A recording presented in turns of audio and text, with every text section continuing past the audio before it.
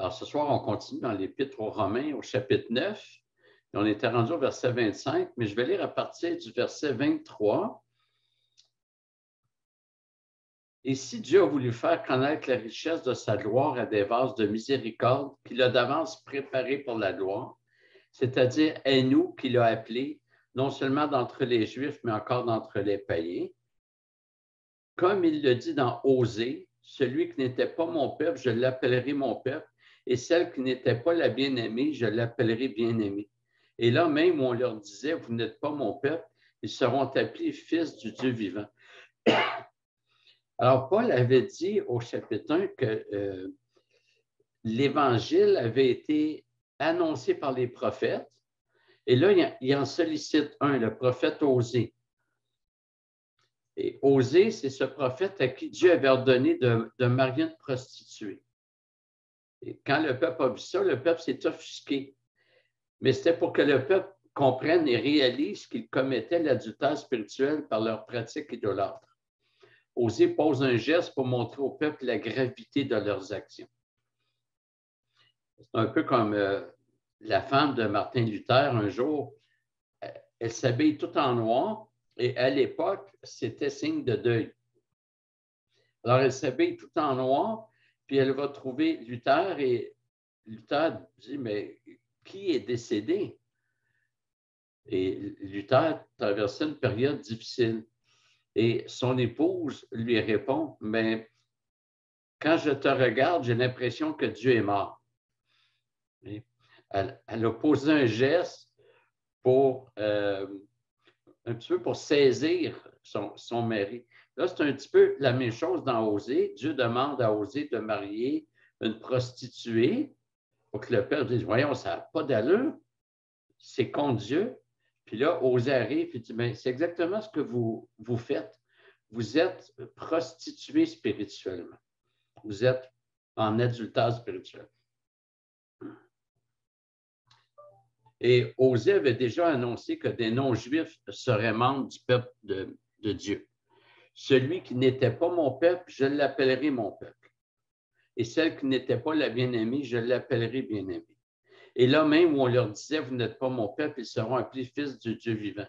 C'est l'annonce de l'entrée des païens au sein du peuple de Dieu. Finalement, c'est l'annonce de l'Église.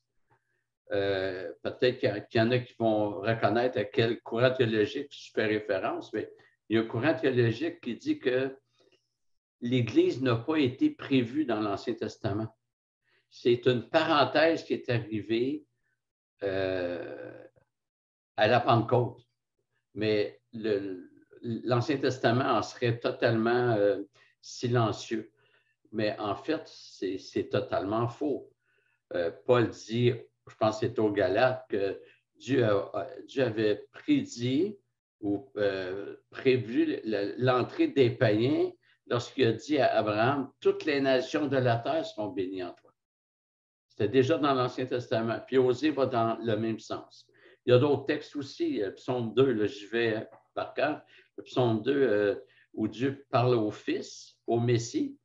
Il dit, demande-moi et je te donnerai les nations pour héritage. Alors, on voit ici le renversement de statut entre Ésaü et Jacob sur le droit d'aînesse, que Paul met en parallèle avec le renversement de statut d'appartenance entre Juifs et païens. Ésaü avait méprisé le droit d'aînesse, c'est Jacob qui l'a eu. Le peuple juif a méprisé sa position, c'est les païens qui l'ont.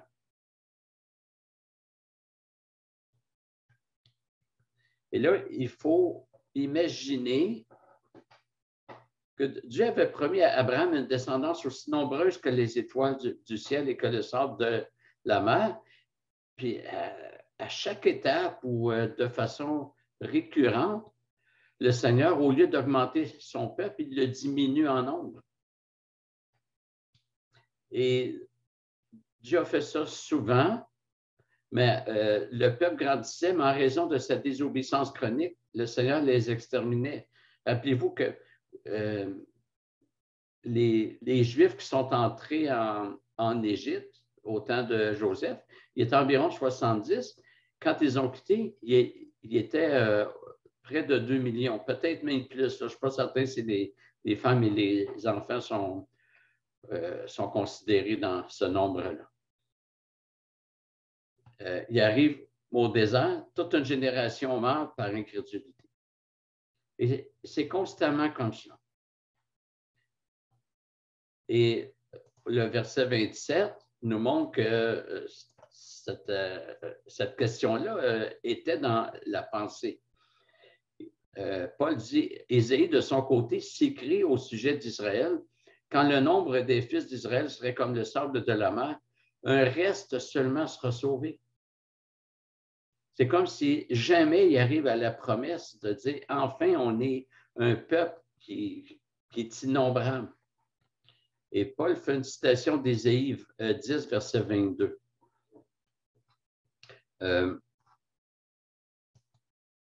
Et c'est une promesse qui vient de ce que Dieu avait dit à Abraham. Quand les Juifs voyaient la promesse se réaliser, et on est rendu nombreux, paf, un jugement, puis Dieu garde toujours un reste et parfois un faible reste. Et la notion de reste parcourt tout l'Ancien Testament et elle est très importante. Le reste, c'est cette petite portion, soit de l'humanité, et tant que le peuple juif n'a pas été constitué, à partir de ce moment-là, c'était une petite portion du peuple juif que Dieu se réserve pour être son véritable peuple. Et c'est là que Paul va nous amener, on va voir ça une autre fois quand il va dire, c'est pas tout Israël qui est Israël, c'est juste le reste qui est Israël. Donc, la notion de reste évoque ces deux revers de médaille. D'une part, elle signifie être réchappé. Donc, le reste évite un danger, un jugement. D'autre part, elle signifie être choisi comme bénéficiaire de l'alliance de grâce. Ce n'est pas juste ce qui est évité, c'est ce qui est acquis. En son temps, Noé a constitué le reste de l'humanité. Et après ça, on peut aller à Exode 19. On avait vu que Dieu a choisi le peuple juif, mais que pour être bénéficiaire des promesses, il fallait remplir les conditions de fidélité. Et je vais aller chercher Exode 19, je pense que c'est le verset 5. Ça vaut la peine que je le relise. Maintenant, si vous écoutez ma voix et si vous gardez mon alliance, vous m'appartiendrez en propre entre tous les peuples, car toute la terre est à moi. Voyez les deux si, les deux conditionnels. Si vous écoutez ma voix, si vous gardez mon alliance, vous m'appartiendrez. Ça nous montre que l'appartenance d'Israël à Dieu n'était pas gagnée. Ceux qui disent que Dieu est fidèle, donc Dieu va sauver Israël, souvent ils oublient que Dieu n'a jamais promis qu'Israël allait lui appartenir de façon définitive, puis il a encore moins promis que ça allait être tout le peuple.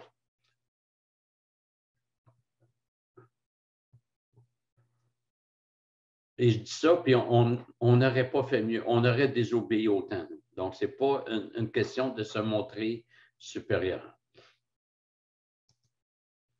Et ça nous replace dans l'alliance des œuvres, dont l'alliance mosaïque et Pascal Denot dit que c'est une republication.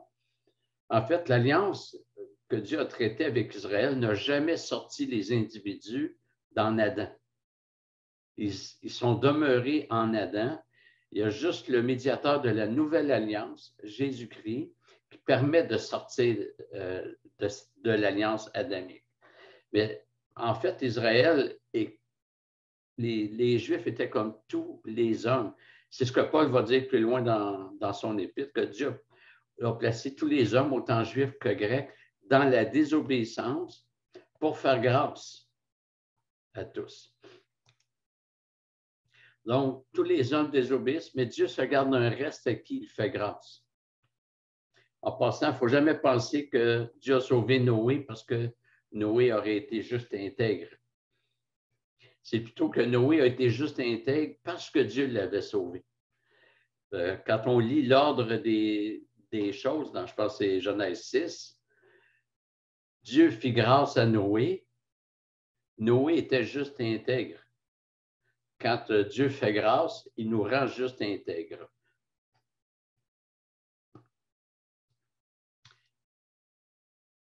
Je vais lire Deutéronome 4, versets 23 à 27.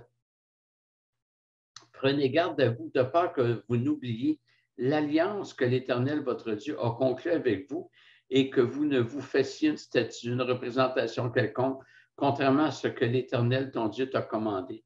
Car l'Éternel, ton Dieu, est un feu dévorant, un Dieu jaloux. Lorsque tu engendreras des fils et des fils de tes fils et que vous serez depuis longtemps dans le pays, si vous vous corrompez, si vous faites des statues, des représentations de quoi que ce soit, si vous faites ce qui est mal aux yeux de l'Éternel, ton Dieu, pour l'hériter, j'en prends aujourd'hui à témoin contre vous, le ciel et la terre. Vous disparaîtrez par une mort rapide du pays dont vous allez prendre possession après avoir passé le Jourdain. Vous n'y prolongerez pas vos jours, car vous serez entièrement détruits. L'Éternel vous disséminera parmi les peuples et vous ne resterez qu'un petit nombre, on parle du reste, au milieu des nations où l'Éternel vous amènera. Dans la constitution du peuple, il est averti, Dieu a averti que la membriété raciale n'offrait aucune garantie. L'appartenance ethnique n'offrait aucune garantie. Et la prophétie de Deutéronome s'est accomplie. On le voit dans Jérémie 42, verset 2, ainsi que dans Ésaïe 6,13 que je vous lis à l'instant. Et s'il y reste encore un dixième des habitants, il repassera par l'incendie. Mais comme le térébinthe et le chêne conservent leur souche quand ils sont abattus, sa souche donnera une sainte descendance. Alors, au sein d'Israël, il y a toujours eu une portion importante qui était détruite, mais Dieu gardait une souche. Il abattait l'arbre, il gardait une souche. Il est possible et probable que les pharisiens aient pris des textes comme ceux-là, pensant que c'était eux la descendance sainte. Ils ne sont pas trop reconnus pour leur humilité, eux. Mais nous, on sait que cette descendance, c'est Jésus-Christ et ceux qui sont en lui. C'est en Jésus-Christ qu'on est sauvé. Et la notion du reste explique le paradoxe entre certains textes où Dieu exprime une miséricorde inconditionnelle envers son peuple et d'autres textes où il dit que c'est le jugement. Alors, Dieu manifeste et applique sa miséricorde envers son peuple en sauvant un faible reste. Mais ceux qui ne sont pas croyants au sein de la nation juive étaient constamment supprimés. Verset 28, très intéressant comme verset. Car le Seigneur exécutera pleinement et promptement sa parole sur la terre. Alors, on est toujours dans la question que Paul avait posée. Verset 6, ce n'est pas que la parole de Dieu soit devenue qu'Adieu. Alors, Paul est en train d'expliquer en quoi la parole de Dieu se maintient, même si Israël est pratiquement supprimé. Le fait que Dieu ne sauve pas tous les Israélites, non seulement ça n'annule pas la parole, mais ça la confirme. Combien de personnes disent que Dieu va sauver Israël à la fin des temps? Parce que Dieu est fidèle. Ceux qui lisent John MacArthur est là-dedans. John MacArthur, je pense que c'est un homme de Dieu. Il y a un beau ministère, je ne veux pas diminuer cela, mais lui, il dit que Dieu va sauver Israël parce que Dieu est fidèle. Mais j'aimerais vous dire que la fidélité de Dieu ne se voit pas seulement lorsqu'il envoie des bénédictions qu'il a promises. La fidélité de Dieu se voit aussi lorsqu'il envoie les châtiments qu'il a promis. C'est parce que Dieu est fidèle à sa parole qu'il châtie, qu'il va supprimer, parce qu'il l'avait dit. Et la précision sur la terre, quand il dit « Car le Seigneur exécutera pleinement et promptement sa parole sur la terre »,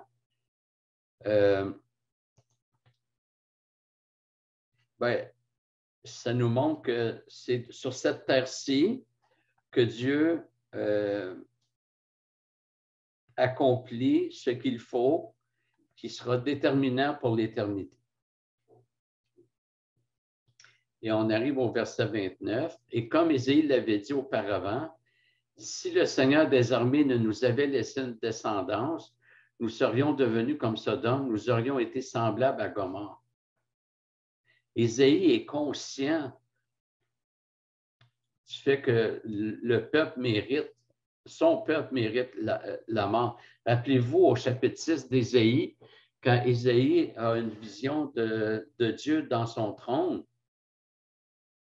la première chose qu'il dit, c'est pas « wow, c'est spectaculaire », il dit « malheur à moi, car mes lèvres sont impures et j'habite au sein d'un peuple dont les lèvres sont impures. »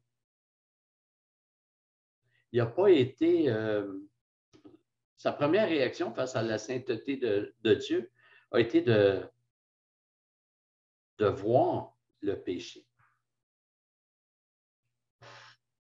Alors, Ésaïe était très conscient de son péché et du péché de son peuple. Puis il est conscient que c'est par grâce. Si le Seigneur des armées ne nous avait pas laissé une descendance, nous serions devenus comme Sodome, nous aurions été semblables à Gomorrhe. Et moi, je suis impressionné par la notion de descendance. Adam et Ève ont péché et ils ont fini par mourir. Mais avant de mourir, ils ont eu une descendance, mais aussi pécheresse. Mais la descendance, avant de mourir, a eu une descendance. Puis c'est comme ça jusqu'à Jésus-Christ, c'est comme ça jusqu'à nous. Autrement dit, l'humanité se poursuit, même si les humains sont mortels, elle se poursuit parce qu'avant de mourir, la grande majorité donne naissance à une nouvelle descendance.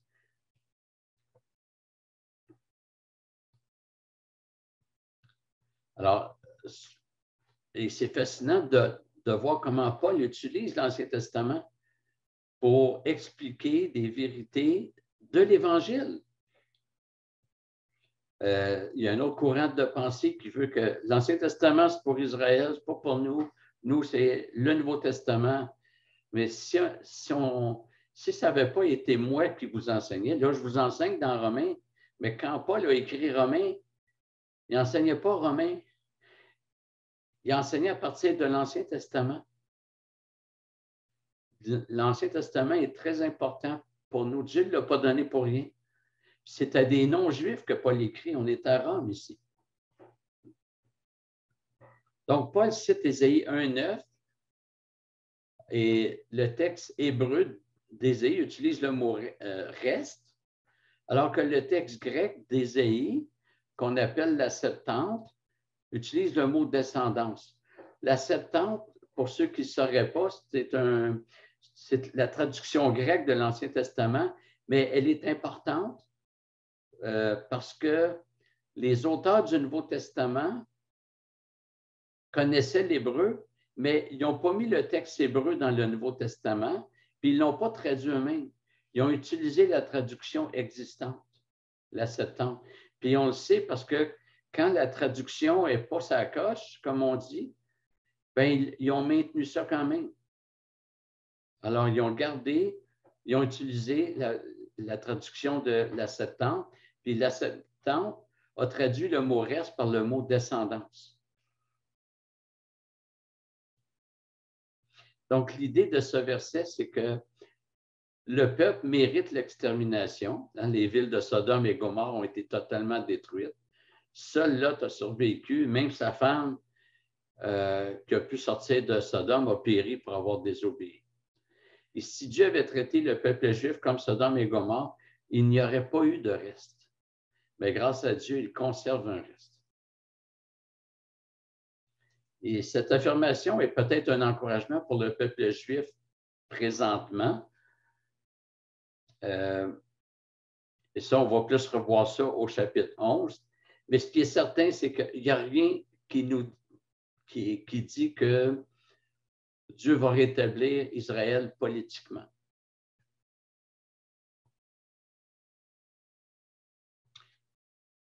Donc, on va s'arrêter ici pour ce soir.